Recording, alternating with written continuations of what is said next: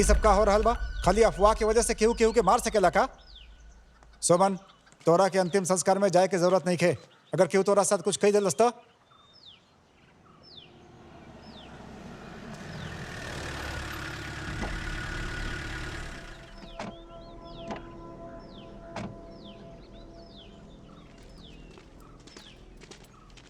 सोमन, हमनी के साथ पुलिस स्टेशन चला। आप एकरा के लेके कहे जाता नहीं सर?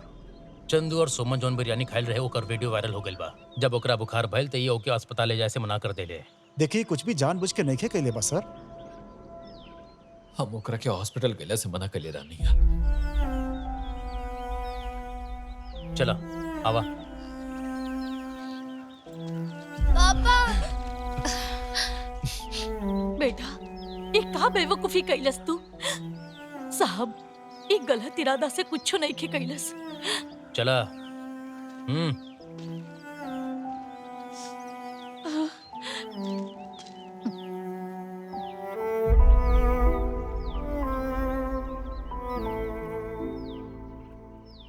गरम पानी में नमक और हल्दी डाल के ओकर भाप ला और सूखा अदरक के कॉफी पिया तो जल्दी ठीक हो जाएगा।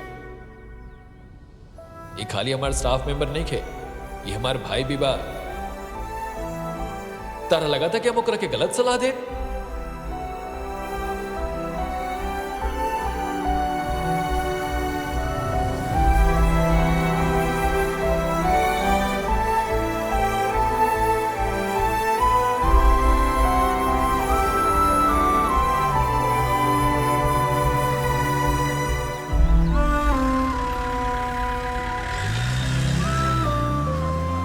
हमरा के हमेशा से ऐसने लागत रही कि एकर अंत ऐसने हुई। जे हीरो बनना के कोशिश करेला ओकरे खातिर बहुत बड़ा सबक हई। खुद का होशियार समझत रहे। वो सब जगह हड़ताल कैलस, फाइनली एक गरीब आदमी की जान लेके खुश हो गई। इंडियन मेडिकल काउंसिल के मुताबिक केस फाइल भइल बा, ओकरे अनुसार ही जेल भइल। केहू भी चलत फिरत इंसान के कंप्लेंट से आप ऐसने केहू के जेल में डाल सकेले का? असही केहू कंप्लेन न कैले बा, चंदू के परिवार कर ले बा। वो वायरल वीडियो रहुआ देखनी न का? वो वायरल वीडियो में सिर्फ चंदू ही अकेला ना रहे, सोमन भी बतख के मांस खैले रहे। एकर पीछे के हा साफ साफ दिखाई दे रहा बा, समझ गए ना?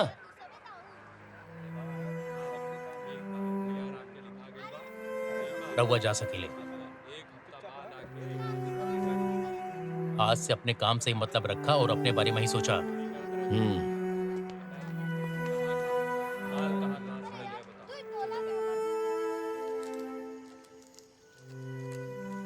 बस बस।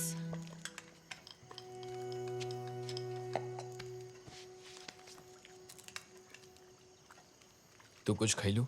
हमरा के भूख नहीं खे, हम बाद में खा ले। अगर तू नहीं खो खैले तो हम भगवान खातिर एकरे बाद केहू के सलाह दे के परेशान नहीं खे करी।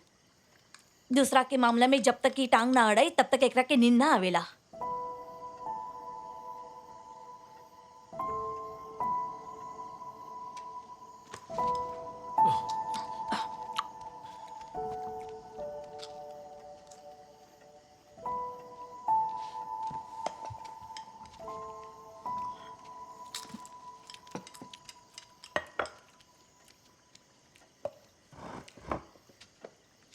नाराज होए की जरूरत नहीं खे।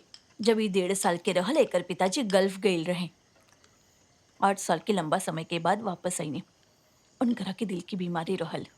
5 साल तक वो दवा लेहनी, बाकी ओकर असर उनकर किडनी पर हो गई। जब सोमा 9 साल के रहल तब वो हर रोज स्कूल ना जावत रहे, लेकिन अस्पताल जात रहे अपन पिता के देखभाल खातिर। वो अब ना चाहेला कि ओकर पिता की तरह के वो और के मौत होके यही से। हाँ, शायद वो यही से वो ऐसन बा।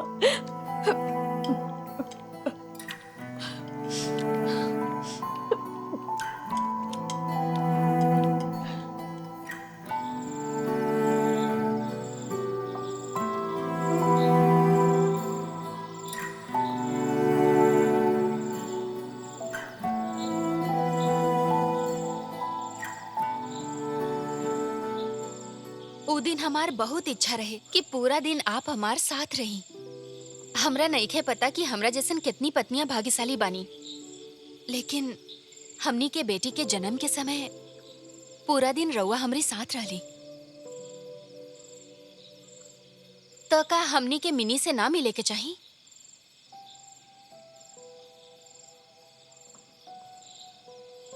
चलो अभी चलेंगे।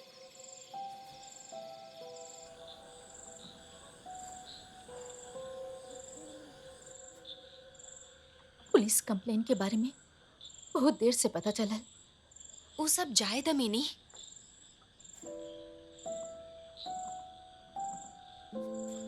लेकिन बहुत तेज बुखार हो गए रहे।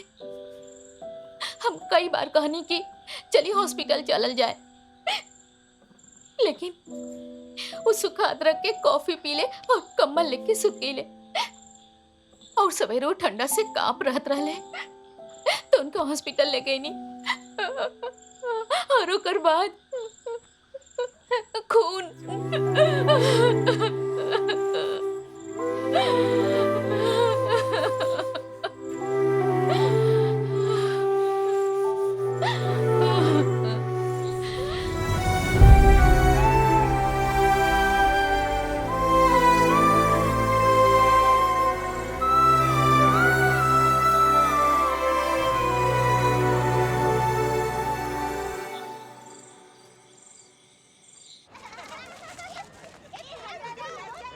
मैम, हैप्पी बर्थडे बेटा। Thank you ma'am. जॉर्ज सर कैसन बड़े का उनके आईसीयू में शिफ्ट कर देले? अभी तो ठीक बार, अगला हफ्ता तक डिस्चार्ज भी मिल जाए। हम अभी तक उनकरा देखने ना गए नहीं। विजिटर्स अलाउड बन है? हाँ sir. Sir, hi, happy birthday बेटा। Thank you sir. Happy birthday बेटा। Thank you madam. Happy birthday. Thank you sir. Sir, अरे क्या सर, हुआ सर? सर आप ठीक तो बानी? सर? सर का भाई? सर क्या हुआ आपको? सर का भाई आपके? सर, सर का हो गल? हाँ। ये का हो गल इनकरा के?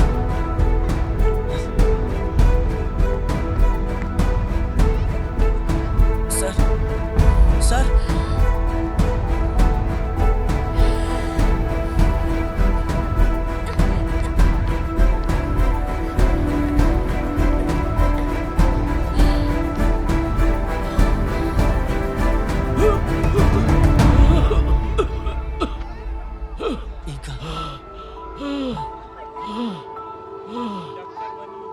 सर,